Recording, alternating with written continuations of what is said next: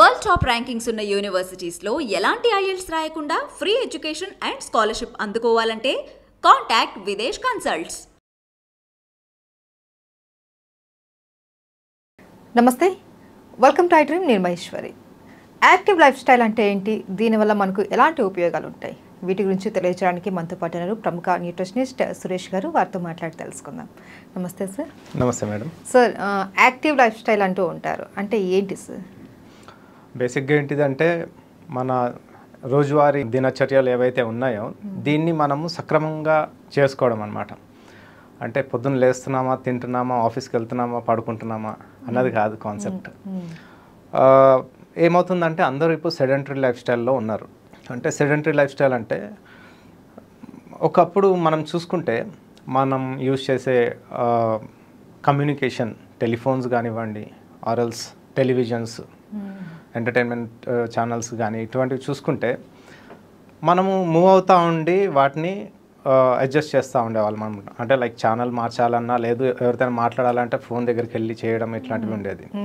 రాను రాను technology improve అవుతున్న కొద్దీ ఏమవుతుందంటే మన కంఫర్ట్ లెవెల్ అన్నది బాగా పెరిగిపోయి మనం ఒక దగ్గర కూర్చొని ఆపరేట్ చేస్తూ ఉన్నాం. అవునా? సో దానివల్ల అవి ఏంటిదంటే స్లిమ్గా తయారవుతూ ఉన్నాయి. ఈ సెడెంటరీ లైఫ్ స్టైల్ వల్ల మనం ఏంటిదంటే లేజీగా అయిపోయి ఇంకా లేనిపోయిన డిసార్డర్స్ అన్నవి మనం కొన్ని తెచ్చుకుంటా ఉన్నాం. సో యాక్టివ్ లైఫ్ స్టైల్ అంటే ఏంటిదంటే మనకి మేజర్గా ఇప్పుడు ఈ రూమ్ కానీ లేదంటే నేను కూర్చున్న చైర్ కానీ చూడండి, ఇది స్టాండ్ అవ్వాలి అంటే దీనికి ఒక బేసిక్ పిల్లర్స్ అన్నవి కావాలన్నమాట. అలాగే మన బాడీకి కూడా బేసిక్ పిల్లర్స్ అన్నవి ఇంపార్టెంట్.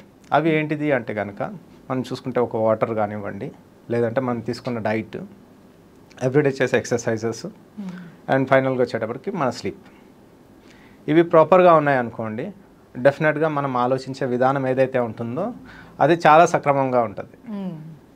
అంటే ఎగ్జాంపుల్ మీకు 1 by 1 చెప్తాను. ఇప్పుడు వాటర్ గురించి నేను అన్నాను. వాటర్ ఇంటేక్ అన్నది మ్యాండేటరీ ప్రతి ఒక్కరికి. ఇప్పుడు ఈ వాల్ ఉంది, ఈ వాల్ గట్టిగా ఉండడానికి ఏంటిదంటే దీనికి క్యూరింగ్ చేసే ఉంటారు కదా. అంటే ఈ జస్ట్ ఒక కన్స్ట్రక్షన్కి మాత్రమే ఇంత వాటర్ అవసరం పడుతుంది అన్నప్పుడు ఎవ్రీడే మనం ఇటు అటు మూవ్ అవుతూ ఉంటాము, మనకి చాలా పనులు చేసేది ఉంటాయి. మన బాడీకి ఎంత వాటర్ అవసరం ఉంటుంది. బయట మనం చూసుకుంటే ఎవరు సరిగా వాటర్ తాగట్లేదు. అంటే దీనికి చాలా రీజన్స్ ఉన్నాయి. ఒకటి ఏంటిదంటే సిట్టింగ్ జాబ్స్ ఉన్నాయి చాలామందికి. వాటర్ ఇంటేక్ తీసుకుంటా ఉంటే పద్దాక నేను వాష్రూమ్కి వెళ్ళాలి, వర్క్ డిస్టర్బ్ అవుతుంది అని ఒక రీజన్. ఇంకోటి ఏంటిది, నేను పద్దాక వాష్రూమ్కి వెళ్తే నన్ను డయాబెటిక్ అనుకుంటారేమో అని చెప్పేసి ఒకటి. అవునా? ఇట్లా చాలా చాలా రీజన్స్. లేదంటే కొంతమంది ఏంటిదంటే నాకు వాటర్ పడదండి, టేస్ట్ నచ్చదు అనేసి అంటారు. ఇలాగా కాకపోతే వాటర్ అన్నది ఏంటిదంటే మ్యాండేటరీగా మనం ఇవ్వాలి. అంటే ప్రతి ఒక్క బాడీకి ఒక లిమిటేషన్ అంటూ ఉంటుందన్నమాట. జనరల్గా మనకు తెలిసింది ఏంటిది అంటే ఎవ్రీ 20 kgs ఉన్న పర్సన్కి 1 లీటర్ ఆఫ్ వాటర్ ఇవ్వాలి అని చెప్పేసి. అంటే ఫర్ ఎగ్జాంపుల్ నేను ఒక 60 kgs ఉన్నాను అంటే 3 liters of water per day కావాలి. అదే ఒక 80 kgs ఉన్న పర్సన్కి ఇంకొక లీటర్ ఎక్స్ట్రా ఇలా అవసరం పడుతూ ఉంటుంది. చిన్నపిల్లలు సార్, చిన్నపిల్లలు 20 బిలో ఉన్న వాళ్ళకి అప్పుడు ఎలా? వాళ్ళకి అట్లీస్ట్ 1.5 లీటర్ నుంచి 2 liters వాటర్ అనేది ఇస్తూ ఉండాలి వాళ్ళకి. ఎందుకు అంటే వాటర్ ఎప్పుడైతే మనం మంచిగా ఇస్తామో మన బాడీ ఫంక్షనింగ్ అనేది ప్రాపర్గా ఉంటుంది. బికాజ్ మనకు తెలిసిందే లైక్ 70% మన బాడీ ఫ్లూయిడ్స్తోనే ఉంటుంది అనమాట. ఎప్పుడైతే మన బాడీ హైడ్రేటెడ్గా ఉంటుందో మన బ్రెయిన్ ఫంక్షనింగ్ కానివ్వండి, ఎవ్రీథింగ్ ఆర్గన్ ఫంక్షనింగ్ అన్నీ కూడా చాలా ప్రాపర్గా పనిచేస్తూ ఉంటాయి. ఓకే, ఇది వాటర్ గురించి. అండ్ నెక్స్ట్ వచ్చేటప్పటికి మన డైట్స్, ఏం టైప్ ఆఫ్ డైట్స్ తీసుకుంటా ఉన్నాం మనం, అసలు ఏదో తినేస్తున్నామా లేదంటే తినేదాన్ని చూసి తింటున్నామా అన్నది మనం చూసుకోవాలన్నమాట. అంటే డైట్ అనగానే డైటింగ్ అనేది ఒకటి కాన్సెప్ట్ ఉంది, డైట్ అనేది ఒక కాన్సెప్ట్. డైట్ అంటే ఏంటిదంటే మనం తినేది మైండ్ఫుల్గా తింటున్నామా లేదా అనేది మనం చూసుకుంటూ ఉండాలి. డైటింగ్ అంటే ఇంకా తినడం ఆపేస్తూ ఉంటారు. నేను అనేది ఏంటిదంటే మనం ఉన్నది ఎందుకు అంటే హెల్దీగా తినాలి, హెల్దీగా ఉండాలి.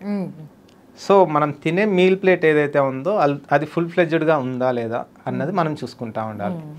అంటే కాంబినేషన్ ఆఫ్ కార్బోహైడ్రేట్స్ కానివ్వండి, ఫ్యాట్స్, ప్రోటీన్, ఫైబర్.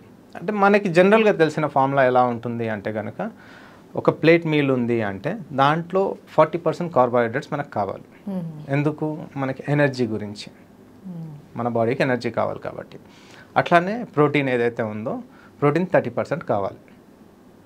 ఇది కూడా ఎలాగా ప్రోటీన్ మనకి ప్లాంట్ బేస్డ్ ప్రోటీన్స్ తీసుకుంటే చాలా బాగుంటుంది, యానిమల్ బేస్డ్ కంటే కూడా. తర్వాత వచ్చేటప్పటికి ఫైబర్ దేని గురించి అంటే మనం ఏదైతే మనం ఫుడ్ తీసుకుంటా ఉన్నామో అది ప్రాపర్గా డైజెస్ట్ అవ్వాలంటే మనకి సాల్యుబుల్ అండ్ ఇన్సాల్యుబుల్ ఫైబర్స్ ఉంటాయి, ఇవి అనేవి యాడ్ చేసుకుంటూ ఉండాలి. అండ్ ఫైనల్గా వచ్చేటప్పటికి ఇది ఫ్యాట్ అనేది జనరల్గా 30% రావాలి మనకి, ఓకేనా. ఇది ఎందుకు అంటే అగైన్ బాడీ మెటబాలిజం ప్రాపర్గా ఉండడానికి కూడా, మన జాయింట్ హెల్త్ కానివ్వండి, మన స్కిన్ కానివ్వండి, ఇది హెల్తీగా ఉండాలి అంటే మనకి ఫ్యాట్ అనేది కంపల్సరీ కావాలి. అంటే హెడ్ టిల్ టో చూసుకుంటే హెల్దీ ఫ్యాట్ అన్నది బాడీలో మనకి ఒక 20% వరకు రిక్వైర్డ్ ఉంటుంది. రిమైనింగ్ ఎక్సెస్ ఏదైతే ఉంటుందో అది అన్హెల్దీ కిందకే కౌంట్ అవుతుంది. సో ఎవరైతే సెడెంటరీ లైఫ్ స్టైల్లో ఉన్నారో వాళ్ళ యొక్క పారామీటర్స్ మనం చెక్ చేసుకుంటే బేసిక్గా ఫ్యాట్ అనేది ఎక్సెస్గానే కనిపిస్తూ ఉంటుంది అన్నమాట. ఓకే, ఇది అయిపోయింది. తర్వాత వచ్చేటప్పటికి మనకి ఎక్సర్సైజెస్. ప్రతి ఒక్కళ్ళు అంటే 15 years క్రాస్ అయిన వాళ్ళు ఎక్సర్సైజెస్ కంపల్సరీ చేయాలని అంటాం. ఎందుకు అంటే 15 years వరకు వాళ్ళు స్కూల్లో ఉంటారు, ఎలాగ ఆడుకుంటా ఉంటారు, అవునా. 15 years కూడా లేవు కదండి, ఆడిపియాలండి. ఓకే, ఆడిపియకపోవడం వల్ల చాలా ప్రాబ్లమ్స్ వస్తున్నాయి అన్నమాట. వాళ్ళకి సోషలైజేషన్ తెలియట్లేదు, ఎవరితో ఎట్లా మాట్లాడాలి అన్నది కూడా తెలియట్లేదు. ఈ ఎక్సర్సైజ్ గురించి కనుక మనం మాట్లాడుకుంటే ప్రతి ఒక్కళ్ళు చెప్పాను కదా 15 years అబవ్ వాళ్ళు ఎక్సర్సైజెస్ అనేవి మ్యాండేటరీగా చేయాలి. దీంట్లో కూడా టైప్స్ ఉంటాయి, ఏరోబిక్, ఎనరోబిక్ అండ్ తర్వాత స్ట్రెచెస్. ఎవ్రీడే ఎక్సర్సైజ్ చేసిన ప్రతి ఒక్కళ్ళు చూడండి వార్మప్స్ చేస్తూ ఉంటారు, ఎందుకంటే బాడీ అంతా ఫ్రీ అవ్వడానికి, అవునా. ఇది చేసిన తర్వాత మనకి ఏరోబిక్ ఎక్సర్సైజెస్ అంటే ఎగ్జాంపుల్ ఇప్పుడు మనకి చాలా ఉన్నాయి, జూంబా అని కానీ, డ్యాన్స్, కార్డియో, ఇవన్నీ చేపిస్తూ ఉన్నారు కదా. సో బాడీ ఏంటిదంటే ఇటు అటు ఎయిర్లో మూవ్ అవుతూ ఉంటుంది, ఫ్లెక్సిబిలిటీ ఉండడానికి ఇట్లాగా. ఇది వీక్ వచ్చేటప్పటికి 2 or 3 days కంటిన్యూగా చేసుకుంటూ ఉండాలి. అంటే ఈ 6 daysలో మనము ఏదైనా 2-3 days ఇట్లా చేసుకోవాలి.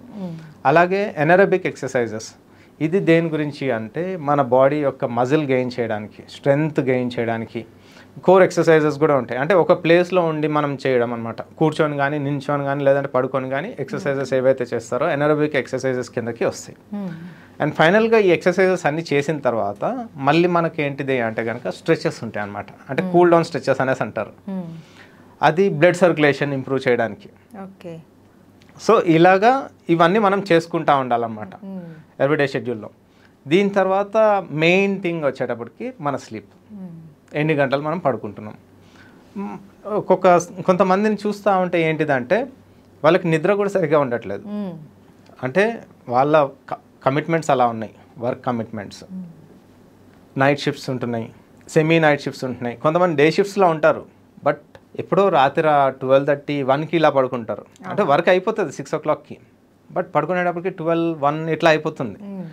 జస్ట్ బికాస్ ఆఫ్ ఏదో ఒకటి స్క్రోల్ చేస్తూ ఉంటారు అన్నమాట వాళ్ళ మొబైల్. సో దీనివల్ల ఏంటిది అంటే కనుక వాళ్ళకి నిద్ర, స్లీప్ డిసార్డర్స్ అనేవి బాగా చూస్తూ ఉంటాం మనము. వాళ్ళకి నిద్ర పట్టకపోవడం అనేది డిసార్డర్, అది నిద్ర పట్టదు. దానివల్ల ఏమవుతుందంటే ఇప్పుడు స్ట్రెస్ అని మనం ఫస్ట్ మాట్లాడుకున్నాం కదా, ఈ స్ట్రెస్ ఎందువల్ల వస్తుంది అంటే వీళ్ళు తొందర పడుకోకుండా మార్నింగ్ లేట్గా లేస్తారు. లేవడం వల్ల అంతా లేట్ అయిపోతూ ఉంటుంది. అదే ఏమంటారంటే క్యారీ ఫార్వర్డ్ అయిపోతూ ఉంటుంది అన్నమాట.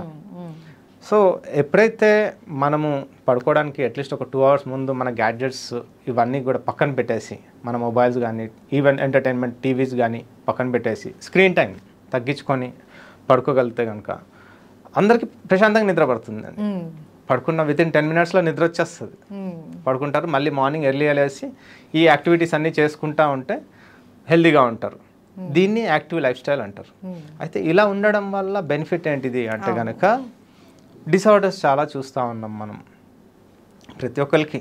ఇప్పుడు నేనే ఉన్నాను, ఫర్ ఎగ్జాంపుల్ సురేష్ కుమార్, పక్కన డయాబెటికో లేకపోతే బీపీఓ ఏదో ఒక డిగ్రీ అనేది వచ్చేస్తుంది, అవునా కాదా. చాలా మందిని చూస్తూ ఉన్నాం. ఫ్రెండ్స్ మాట్లాడుకుంటే నేను ఇప్పుడు డయాబెటిక్ స్టేజ్లో ఉన్నాను, బార్డర్ లైన్లో ఉన్నాను, లేకపోతే డయాబెటిక్ మెడిసిన్ వాడుతున్నాను అని చాలా మంది మాట్లాడుతూ ఉన్నారనమాట.